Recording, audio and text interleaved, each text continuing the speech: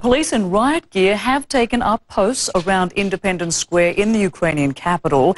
That's where thousands of anti-government demonstrators are vowing to stand their ground.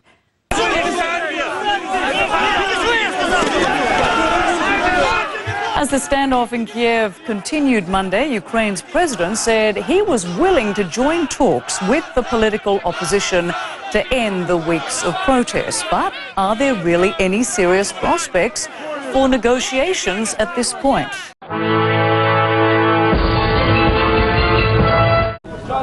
The Prime Minister's office encircled by riot police. Opposite them, protesters desperately trying to convince them not to destroy their camp.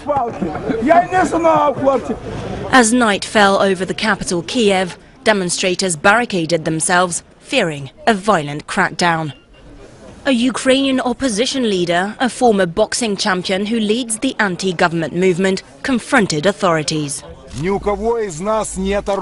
None of us have guns or any other weapons. It's a peaceful demonstration. Before you get the order to clamp down on protests, think about what you're doing. If you're breaking the law, then you'll be responsible for what happens. Protesters are calling for the resignation of President Yanukovych. They say he rejected a trade deal with Europe in a bid to boost ties with Russia.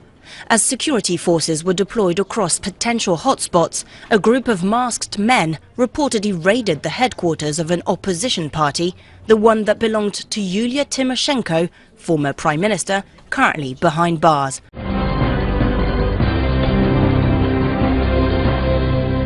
But they want authorities to promise not to remove any demonstrators. The protesters are demanding that the president step down.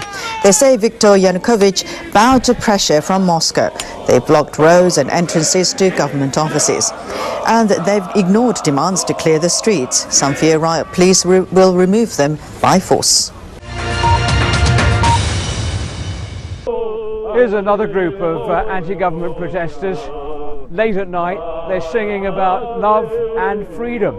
And over on the other side, facing them, a long line of Ukrainian police. There is a tension here.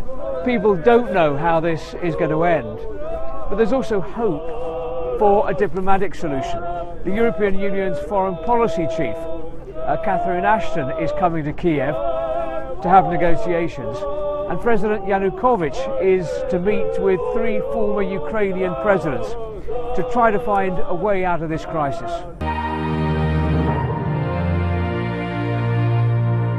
If President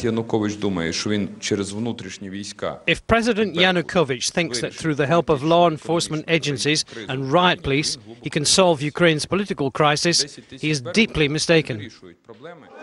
The opposition are strongest within the vicinity of Independence Square. They occupy public buildings, but they're expecting an attempt to evict them at any moment. They're preparing for a struggle.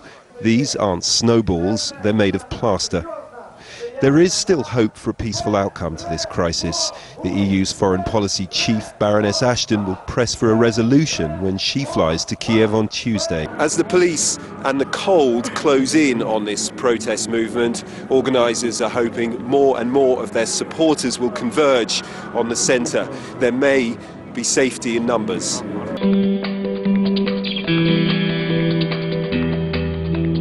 What is really a problem for them is this presence of foreign politicians and foreign diplomats. If you would speak to anyone from authority, they tell you that, okay, maybe we'll do something, we use some police force, but not now.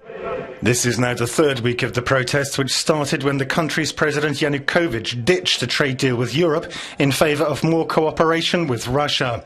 Independence Square, the nucleus of the protest, is taking on a more permanent appearance. Demonstrators are showing few signs of backing down.